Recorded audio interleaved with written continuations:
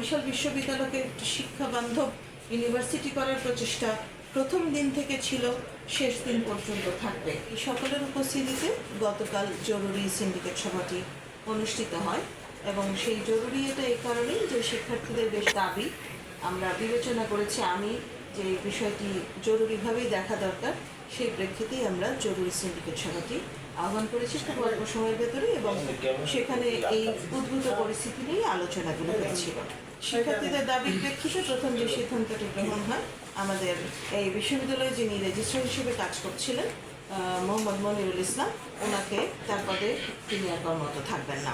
দ্বিতীয় সিদ্ধান্ত যে এক সপ্তাহের ভিতরেই বিশ্ববিদ্যালয়ে রেজিস্ট্রারের পদটি জাতীয় পত্রিকায় অ্যাডভার্টাইজমেন্টের মাধ্যমে নিয়োগের প্রক্রিয়া শুরু করা হবে। তৃতীয়টি হচ্ছে রেজিস্ট্রারের নিয়োগের আগ পর্যন্ত শিক্ষার্থীদের দাবির প্রেক্ষিতে এবং সিন্ডিকেট যেভাবে সিদ্ধান্ত নিয়েছে উপাচার্য রেজিস্ট্রারের কাজগুলো করে ফেলবেন।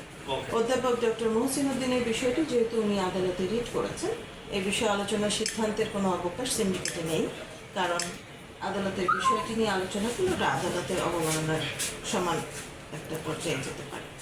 তারপরে বিষয়টা এসছে যে ফ্যাসিস্ট ও স্বৈরাচারের সমর্থক শিক্ষক কর্মকর্তা কর্মচারীদের বিষয়ে পক্ষপাতহীন একটা তদন্ত করার মধ্য দিয়ে তাদেরকে শনাক্ত করার একটা বিষয়ে আলোচনা হয়েছে এবং একটি সিন্ডিকেটের একজন সদস্যকে দিয়ে একটি কমিটি গঠন করে সেই ব্যাপারে কাজ করার জন্য সিদ্ধান্ত হয়েছে।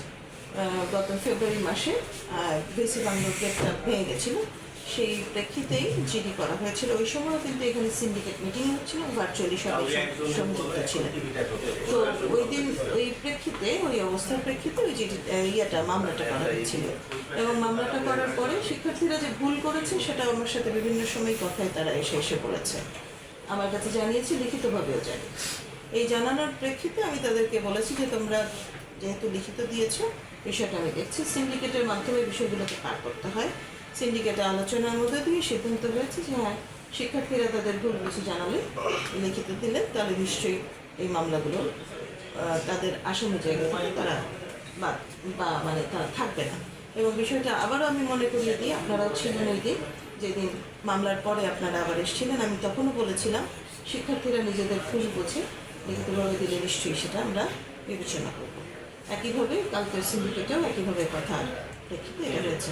এবং এরপরে যে বিষয়টি এসছে সেটা আলোচ্য সূচির ভিতরে ছিল না, কিন্তু বিষয়টা যেহেতু খুবই প্রাসঙ্গিক ছিল, আমাদের একজন শিক্ষার্থী ম্যানেজমেন্ট বিভাগের, যার নাম জেবুন্নেসা হক চিনি, তার ক্যান্সারে আক্রান্ত ছিল আমাদের শিক্ষার্থী এবং অত্যন্ত দুঃখের সাথে পুরো সিন্ডিকেট সবাই মিলেই শোকাহত হয়েছে বিষয়টা যে সে মারা গেছে।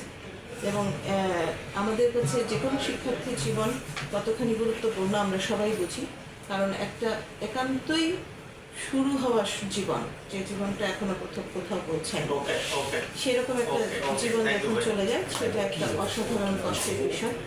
এবং সেই বিষয়টা অনুধাবন করে এবং কেন একটি পত্র আমার কাছ পর্যন্ত পৌঁছায় নাই, এই বিষয়ে তদন্ত কমিটি আরেকটা তৈরি করা হয়েছে সিন্ডিকেটের একজন সদস্যকে দিয়ে, এবং সেটার ব্যাপারেও সিদ্ধান্ত হয়েছে সিন্ডিকেটে যে একজন সিন্ডিকেট সদস্যের মাধ্যমে তদন্তের মাধ্যমে এখানে কি কারণে এই ধরনের ঘটনা ঘটছে, যে তথ্যগুলো ভাইস চ্যান্সেলর পর্যন্ত আসছে না সময় মতো বা পৌঁছাচ্ছে না, এই যে জিনিসগুলো তদন্ত করবার জন্য তদন্ত কমিটি গঠন করা হয়েছে।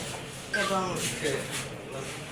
মোটামুটি এইটাই ছিল আমাদের আসলে আপনাদের মাধ্যমে জানানোর বিষয়। তার কারণ হলো যে অনেক রকমের জায়গা থেকে অনেক ধরনের তথ্য ছড়িয়ে যায় এবং সেগুলো সঠিক তথ্য অনেক সময় হয় না, বিভ্রান্তিগুলো যেন না হয় সেজন্য আপনারা এসছেন, আপনাদের মাধ্যমে সকলের কাছে, জনগণের কাছে এই বিষয়গুলো জানিয়ে দিলাম। তো রিয়ালিটি ইজ কাজটা হচ্ছে না তা নয়, কাজগুলো হচ্ছে।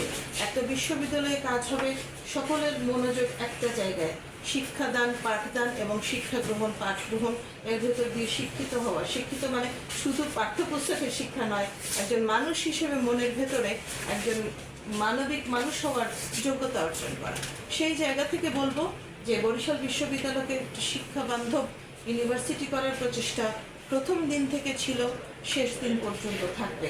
এবং আপনাদেরকে আবারও নিশ্চিত করি, এই এলাকায় বরিশাল বিশ্ববিদ্যালয় 1 নম্বর বিশ্ববিদ্যালয় হবে।